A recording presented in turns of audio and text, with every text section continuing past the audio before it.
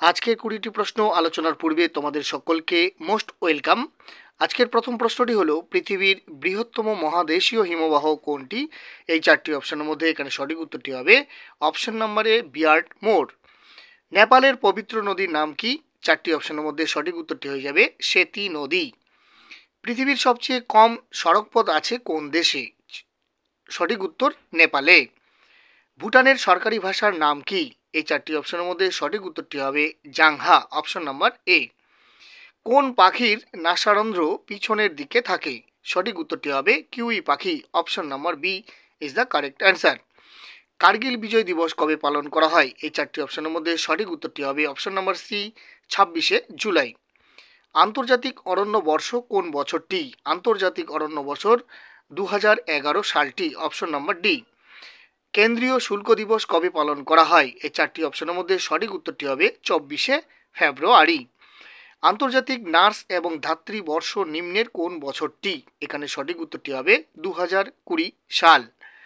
ভারতের প্রথম নির্বাচন কমিশনার কে ছিলেন? চারটি অপশনের মধ্যে সঠিক উত্তরটি হবে option number A Sukumar Sen. নোবেলজয়ী প্রথম ভারতীয় কে ছিলেন? সঠিক উত্তরটি হবে অপশন নম্বরে রবীন্দ্রনাথ ঠাকুর। ভারতে প্রথম ছাপাখানা শুরু করেন কে? চারটি অপশনের মধ্যে সঠিক উত্তরটি হবে James Hicky, option number D. মায়ানমারের রাজধানীর নাম কি? এই চারটি অপশনের মধ্যে সঠিক উত্তরটি হবে অপশন নাম্বার বি ইয়াঙ্গুন। সেকেল কোন দেশের প্রচলিত মুদ্রা? এই চারটি অপশনের মধ্যে সঠিক উত্তরটি হবে অপশন নাম্বার ডি ইসরায়েলের।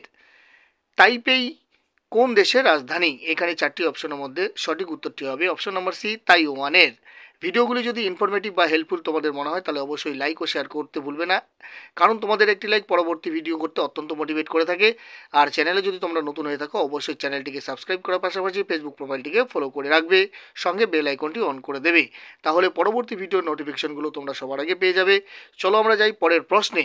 কোন দেশের প্রচলিত মুদ্রা মানাত? এই চারটি অপশনের মধ্যে সঠিক উত্তরটি হবে আজারবাইজান। আর জাড্ডা কোন রাজ্যের প্রচলিত লোকনৃত্য? এখানে সঠিক উত্তরটি হবে অপশন নম্বরে হিমাচল প্রদেশের। কালিয়াট্টম কোন রাজ্যের একটি প্রচলিত লোকনৃত্য? এখানে সঠিক উত্তরটি হবে কেরালার, option number B is the correct answer. Nikhil Ghosh নিম্নের কোন বাদ্যযন্ত্রের সঙ্গে যুক্ত? এই চারটি অপশনের মধ্যে সঠিক উত্তরটি হবে অপশন নাম্বার বি তবলা। বুদ্ধদেব দাশগুপ্ত নিচের কোনটির সঙ্গে যুক্ত ছিলেন? এখানে সঠিক উত্তরটি হবে অপশন নাম্বার সি শরৎ। নিচের কোনটি গুজরাটের একটি প্রচলিত লোকনৃত্য? এই চারটি অপশনের মধ্যে সঠিক উত্তর কোনটি? তোমরা অবশ্যই কমেন্ট বক্সে কমেন্ট করে জানাবে, এবং তোমরা কে কোথা থেকে দেখছো অবশ্যই কমেন্টের মাধ্যমে জানাতে ভুলবে না। Thank you for watching this video. জয় হিন্দ, জয় ভারত।